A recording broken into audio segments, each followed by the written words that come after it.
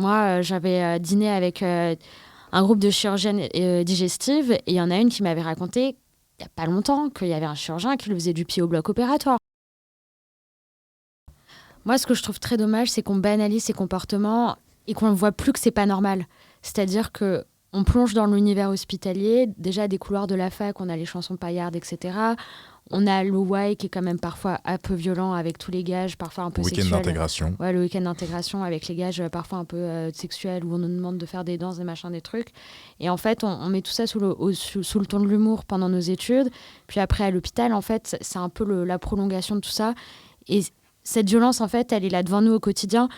On voit des gens qui sont maltraitants avec d'autres soignants, mais on n'ose pas interagir parfois parce que voilà, on se dit que c'est pas notre place, que c'est pas notre rôle. On n'a pas envie de mal faire aussi et de s'interposer dans des situations qui nous concernent pas, qui peuvent aussi être d'ordre personnel.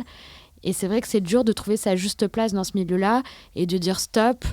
Ce qui se passe, c'est pas normal. Ce qui se passe, ça doit être dénoncé. On est quand même dans un monde de dingue.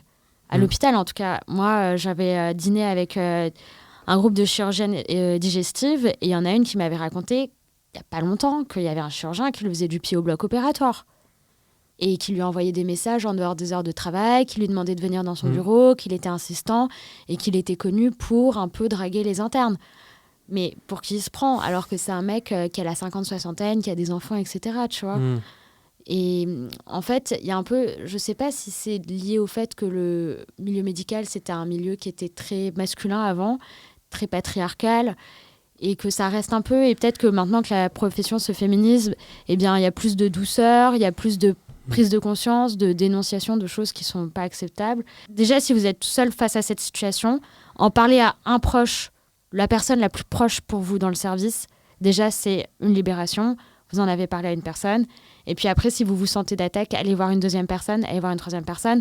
Et ensuite, essayez de voir leur réaction aussi et qu'est-ce qu'ils peuvent vous suggérer parce qu'eux, ils ont le contexte.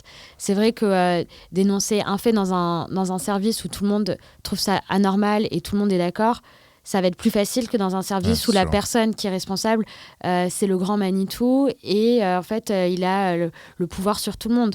Il faut analyser aussi les rapports qui sont instaurés dans le service et de voir quelle est la place de cette personne dans le service parce que malheureusement, on peut sauter à cause de ça parce que tout le monde va se retourner contre nous et c'est la victime qui va se retrouver coupable, tu vois.